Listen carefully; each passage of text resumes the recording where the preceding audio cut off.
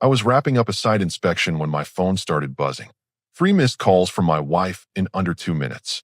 That's never good. Before I could call back, it rang again. Someone broke into the house. Her voice was shaking. Actual panic, or at least it sounded like it. Everything's destroyed. The TV, our stuff, everything. I kept my tone steady. Are you safe? Are you hurt? I'm fine, I'm outside, but...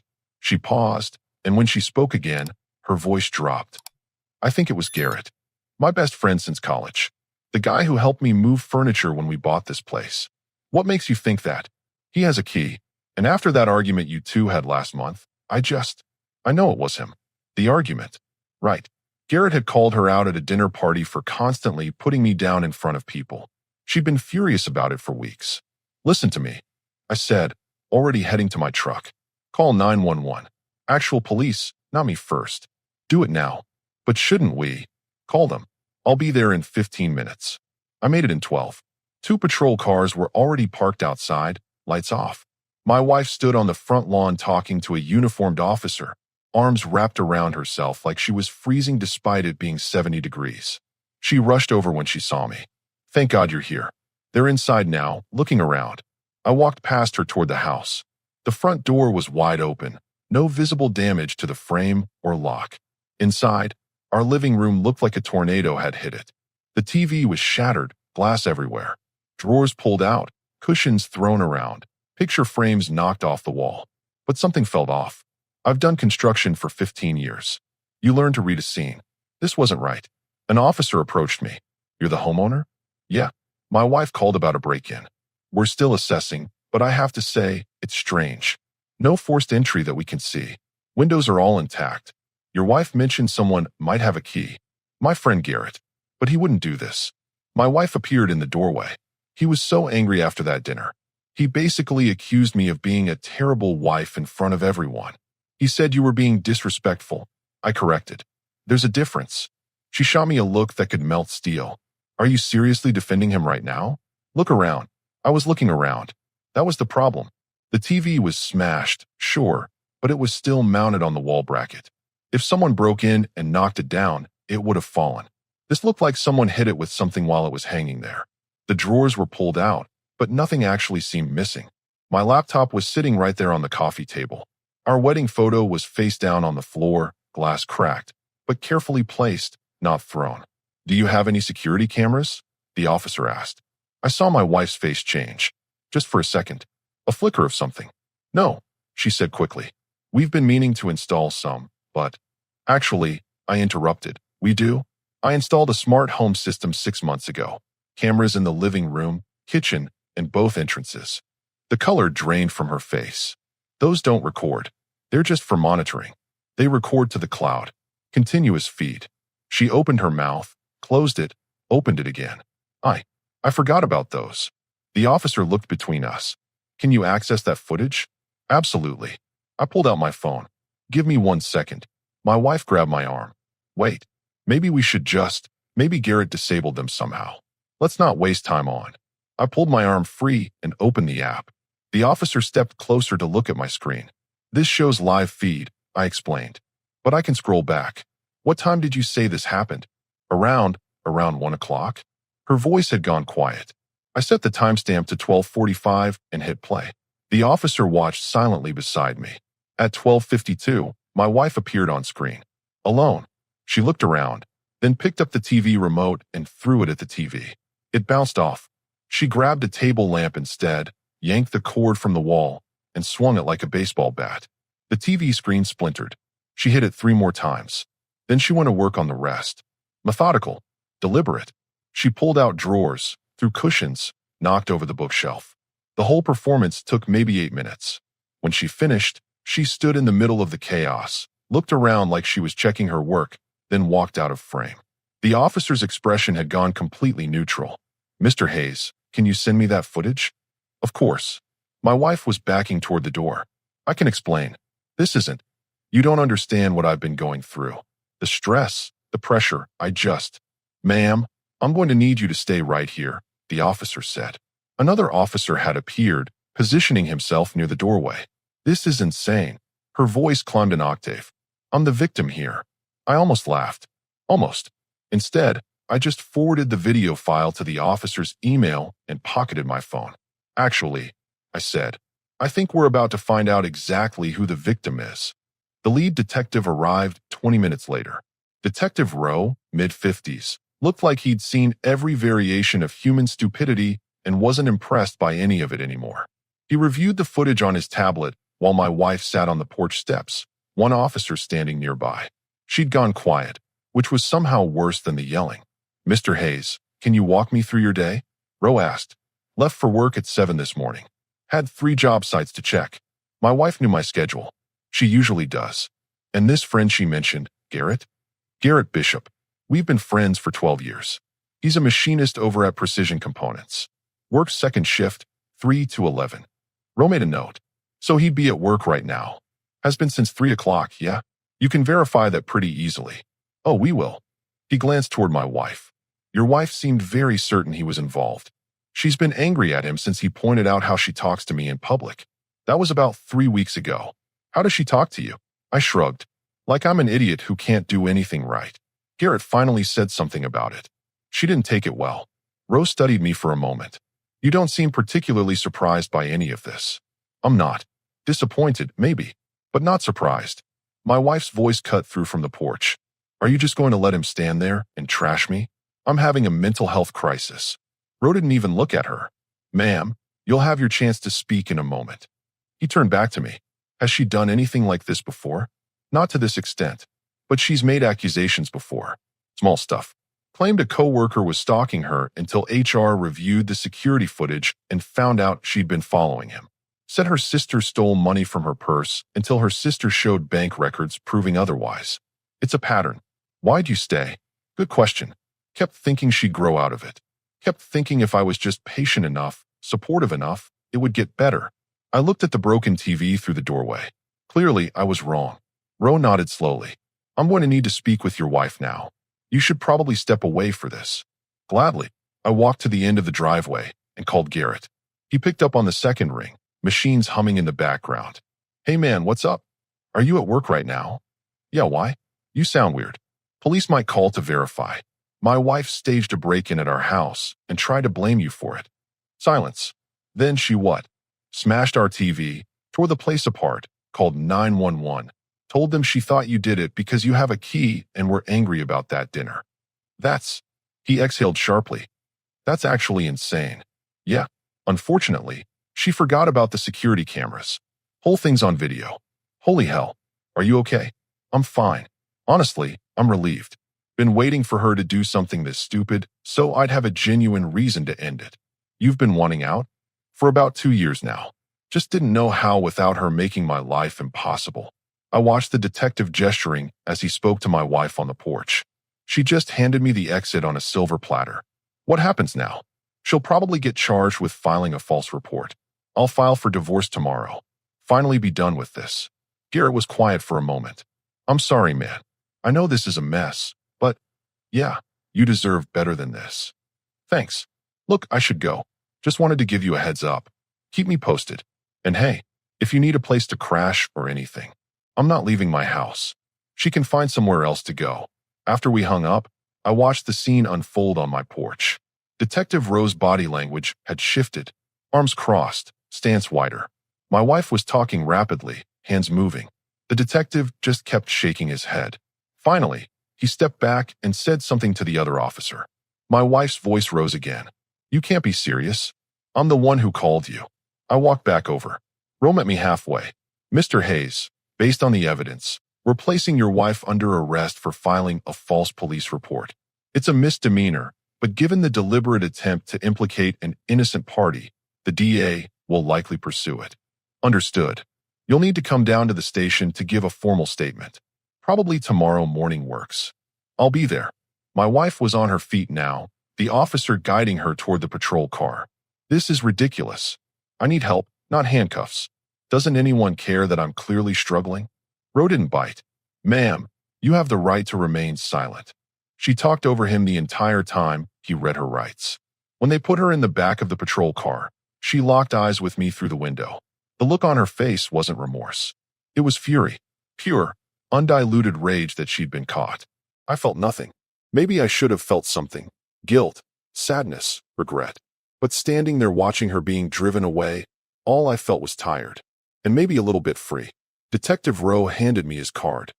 Lock up the house when you're done here. And Mr. Hayes? Document everything. Photos, videos, any texts or calls she makes from jail. People like this don't stop just because they got caught once. Already planning on it. He nodded and headed to his car. Within 10 minutes, everyone was gone. Just me and a living room full of broken glass and manufactured chaos. I grabbed a trash bag from the kitchen and started cleaning up. It felt appropriate somehow. Sweeping up the pieces of a marriage that had been broken long before she took a lamp to our TV. My phone buzzed. A text from an unknown number. You did this on purpose. You wanted me to look crazy. This is your fault. I blocked the number and kept sweeping. Tomorrow, I'd call a lawyer. Tonight, I'd sleep better than I had in months. The next morning, I was at the police station by 8. Detective Rowe had coffee waiting, which I appreciated more than he probably realized.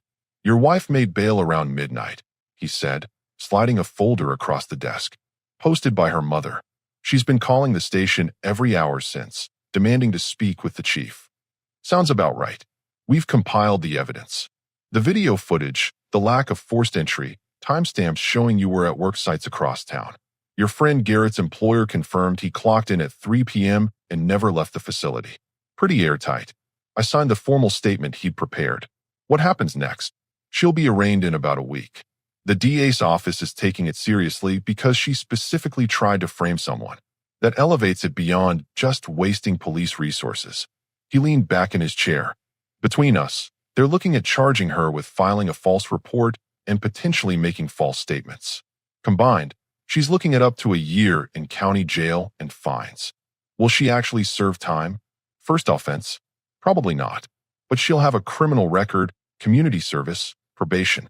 And if she violates that probation, he left it hanging. My phone had been vibrating in my pocket throughout the entire conversation. 12 missed calls. 8 from her mother's number, from numbers I didn't recognize. Rowe noticed. Family reaching out. Her side, yeah? Mine are 3 states away and don't get involved in drama. I silenced the phone. I'm filing for divorce today. Want to get ahead of whatever narrative she's building. Smart. One more thing. He pulled out another sheet. This is an incident report number. Give this to your divorce attorney. They'll want documentation of the arrest. I pocketed the paper and stood. Thanks for handling this professionally. Just doing the job. But for what it's worth. He walked me to the door. I've been doing this 26 years. The ones who stage crimes against themselves, they don't stop. Whatever you're planning, make it permanent. I found a divorce attorney 2 blocks from the station.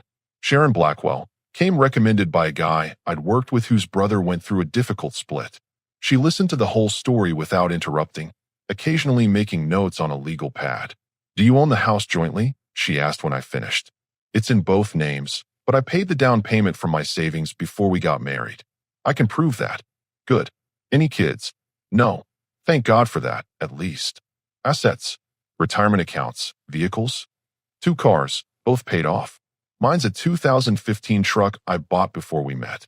Hers is a 2018 sedan we bought together. I've got a 401k from my employer. She works part-time at a dental office. No retirement that I know of. Sharon wrote quickly. This should be fairly straightforward, especially with the criminal charges pending. Courts don't look kindly on spouses who commit crimes and try to frame innocent parties. We can file on grounds of irreconcilable differences, push for a quick dissolution. How quick? Kentucky has a 60-day waiting period minimum, but given the circumstances, we might be able to expedite. 3 to 4 months if she doesn't contest. She'll contest. They usually do. Sharon closed her notepad. My retainer is $1,500. We'll draft the papers today, file by end of business. You'll need to have her served. I recommend using a professional process server, not the sheriff. Less dramatic. I wrote the check. One more thing. Can we get a restraining order? Based on what? I showed her the blocked text messages.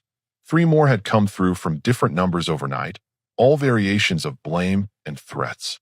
She's using different phones to contact me after I blocked her. And Detective Rowe warned me she'll escalate. Sharon photographed the messages. We can file for an emergency protective order. Given the arrest and these communications, a judge will grant it. That means she can't contact you directly, Can't come within 500 feet of you or your home. Perfect. By noon, everything was filed. I grabbed lunch at a place near the courthouse, sat in my truck, and finally listened to the voicemails. Her mother's voice, shrill and accusing. How dare you have my daughter arrested? She's going through something, and you betrayed her. Her sister, you know she didn't mean it. Can't you just drop the charges and work this out? Two friends of hers I'd met maybe twice. She's devastated. This is so cruel. Nothing from her directly, which meant she'd been advised by a lawyer not to contact me. Smart. I deleted them all and called my own mother in Tennessee. Hey, Mom. Sweetheart. I was just thinking about you. How are things? I'm getting divorced. Silence. Then, carefully, I see. Do you want to talk about it? I gave her the abbreviated version. When I finished, she sighed. Honestly, I'm relieved. I never told you this, but at your wedding, she snapped at the photographer so rudely I almost said something. Your father had to talk me down. Why didn't you say anything? You seemed happy. I thought maybe I was being overprotective. She paused. Are you okay? Really? Yeah, I actually am. It's like finally admitting something I knew for a long time. Good. You deserve better, honey. You always have. After we hung up, I drove to the house. Changed the locks myself. New deadbolts. New handle sets. The works. Took maybe 40 minutes. Then I packed up everything of hers I could find. Clothes, toiletries, books, that collection of decorative pillows she insisted we needed. Loaded it all into her car and parked it at her mother's house with the keys in the mailbox. Sent one text to her mother. Her belongings are in the car at your place. Don't contact me again. Back home, I walked through each room. Without her stuff everywhere, it looked bigger, cleaner, like the house could finally breathe. My phone rang. Garrett. How'd it go? Divorce filed, restraining order pending. Her stuff's gone. All in one day. Damn, you don't mess around. 2 years of waiting will do that. Once I decided to move, I moved fast. Fair enough. You need anything? Actually, yeah. Want to help me pick out a new TV this weekend? Apparently, I need one. He laughed. Absolutely. And this time, we're getting the extended warranty. That night, I ordered pizza, drank a beer, and watched Netflix on my laptop. The living room still had the mount on the wall where the TV used to be, a visible reminder of the chaos. But sitting there in the quiet, no tension, no walking on, no constant stress, I realized something. The peace wasn't just about her being gone. It was about finally choosing myself, about drawing a line and meaning it. My phone buzzed one last time. A text from Detective Rowe. Protective order approved. Active immediately. You're all set. I raised my beer to the empty room. Here's to new beginnings. Tomorrow, I'd start putting the pieces back together. Tonight, I'd just enjoy the silence. The arraignment was scheduled for Thursday morning. I didn't have to attend, but Sharon suggested I show up. Shows the court you're taking this seriously, she explained over the phone. Plus, her attorney might try to paint you as vindictive. Your presence demonstrates you're simply seeking accountability. So I put on a decent shirt, showed up early, and sat in the back of the courtroom. My wife arrived 10 minutes before her case was called, flanked by her mother and a lawyer who looked fresh out of law school. She dressed for sympathy, modest dress, minimal makeup, hair pulled back. The whole performance was calculated. She didn't look at me once. Either she didn't know I was there, or she was pretending not to. The judge, an older woman with reading glasses on a chain, reviewed the case file with visible disapproval. Ms. Caldwell, she began, my wife had apparently gone back to her maiden name already. You're charged with filing a false police report and making false statements to law enforcement. How do you plead? Her attorney stood. Not guilty, Your Honor. My client was experiencing severe emotional distress and, counsel, I asked for a plea, not a defense strategy. Not guilty, Your Honor. The judge made a note. Bail is continued at current terms. Trial date is set for. She consulted her calendar. October 19th. Discovery deadline September 20th. Ms. Caldwell, you are to have no contact with the alleged victim or any witnesses. Violation will result in immediate revocation of bail. Clear. Yes, Your Honor, my wife said quietly. One more thing. The judge looked directly at her. I've reviewed the security footage submitted by the prosecution. I suggest you and your attorney have a serious conversation about the strength of your case. Dismissed. We filed out in opposite directions. I was halfway to my truck when her mother's voice stopped me. Wait. I turned. She was speed walking across the parking lot, my wife trailing behind looking furious. "We need to talk," her mother said, slightly out of breath. "No, we don't. There's a restraining order. That's only for her, not for me. Lady, I have zero interest in anything you have to say." I unlocked my truck. She made a mistake. People make mistakes. She committed a crime and tried to destroy an innocent man's life in the process. That's not a mistake, that's a choice. My wife finally spoke up.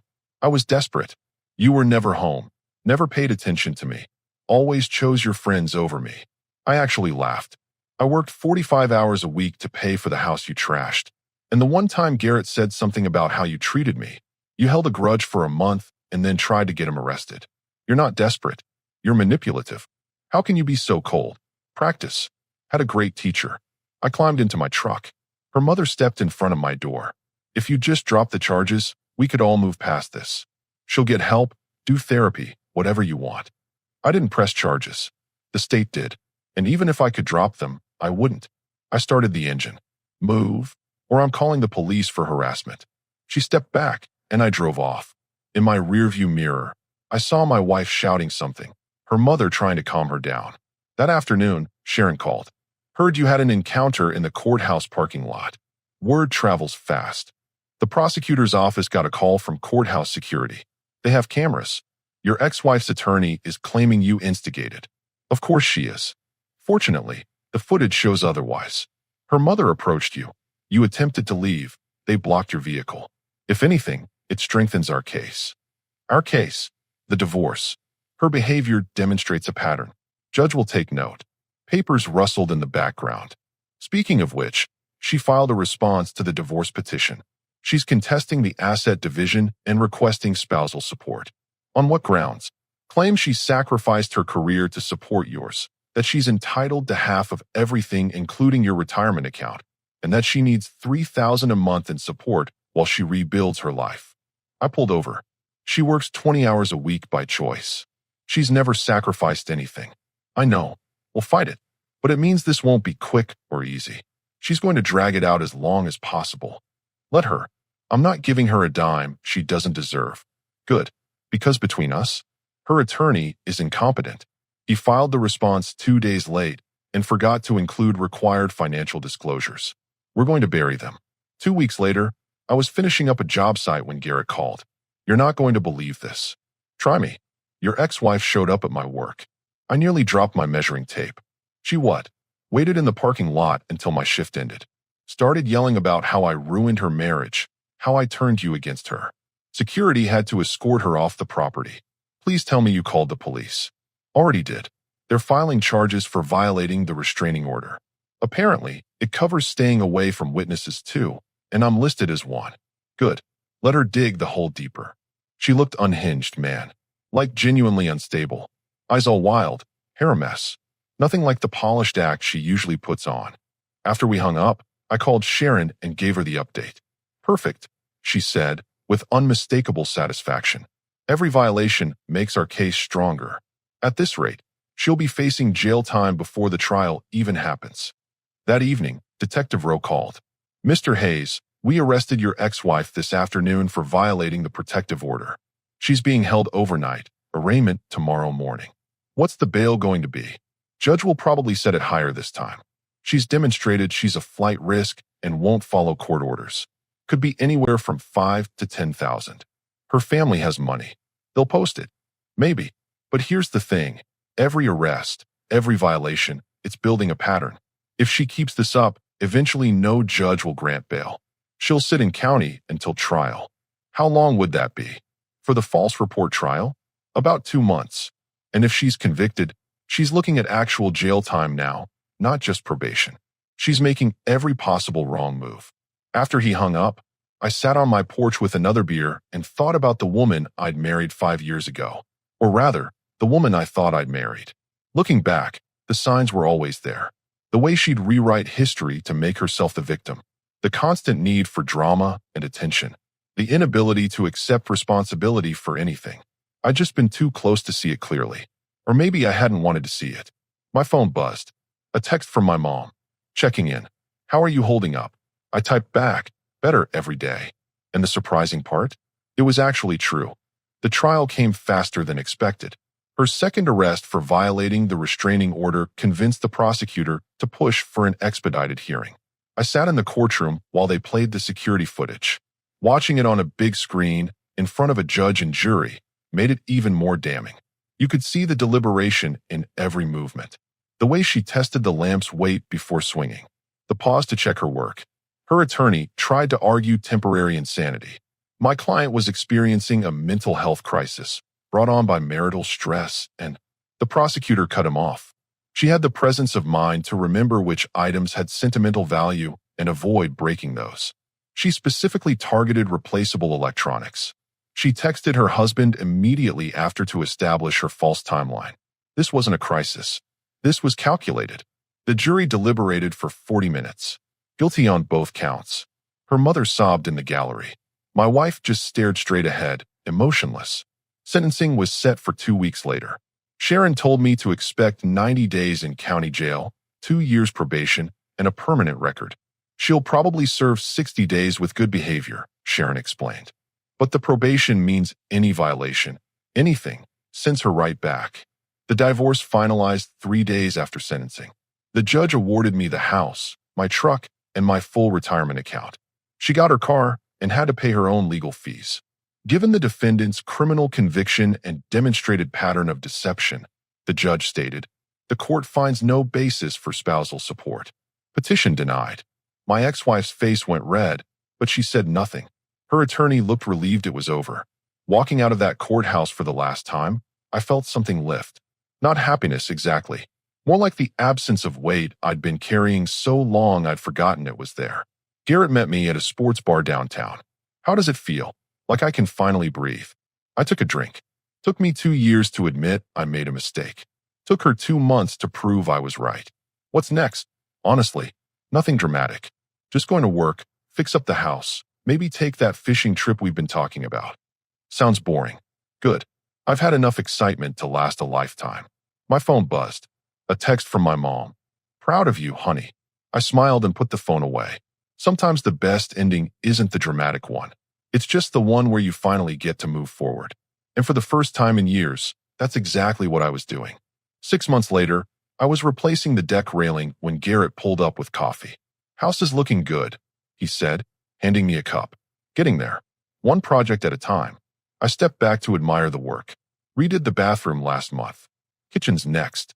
Heard from her at all? Not directly. Her probation officer contacted me once to verify I hadn't been harassed. That's it. I took a sip. She got out of jail last month. Moved 2 counties over, apparently. Good riddance. Yeah. I set down the coffee and grabbed my drill. You know what's weird? I don't even think about her anymore. It's like that whole chapter just closed. That's healthy, man. My therapist agrees. I grinned. Started going a few months back. Figured I should probably work through some things. And turns out I ignored a lot of warning signs because I didn't want to admit I'd made a bad choice. Kept thinking if I just tried harder, it would work. Garrett nodded. Classic mistake. Won't make it again, though. Learn my lesson. I lined up the next board. Actually started dating someone. Met her at Home Depot of all places. Seriously, she was buying paint. We started talking. She's a teacher, divorced 2 years ago, has her life together. It's refreshingly normal. That's great. I'm happy for you. We worked in comfortable silence for a while. The kind of quiet that comes from genuine friendship, not awkward tension. My phone rang. Detective Rowe. Mr. Hayes, just wanted to let you know your ex-wife's probation was revoked yesterday. What happened? Failed a drug test. Tested positive for prescription pills that weren't prescribed to her. She'll serve out the remainder of her sentence. How long? About 14 months. Thought you'd want to know. After I hung up, Garrett raised an eyebrow. Everything okay? Yeah, just confirmation that leaving was the right call. I picked up my drill again. Some people never learn. I'm just glad I'm not responsible for her anymore. Amen to that. That evening, sitting on my newly finished deck with a beer, I thought about everything that had happened. The chaos, the lies, the legal battles. And then I thought about the peace that came after. The freedom to make my own choices without constant criticism. The ability to trust my own judgment again. My girlfriend texted, "Still on for dinner tomorrow?" I smiled and replied, "Absolutely." The house wasn't perfect yet. Neither was my life. But it was mine, built on honesty instead of manipulation, on respect instead of control. And that made all the difference.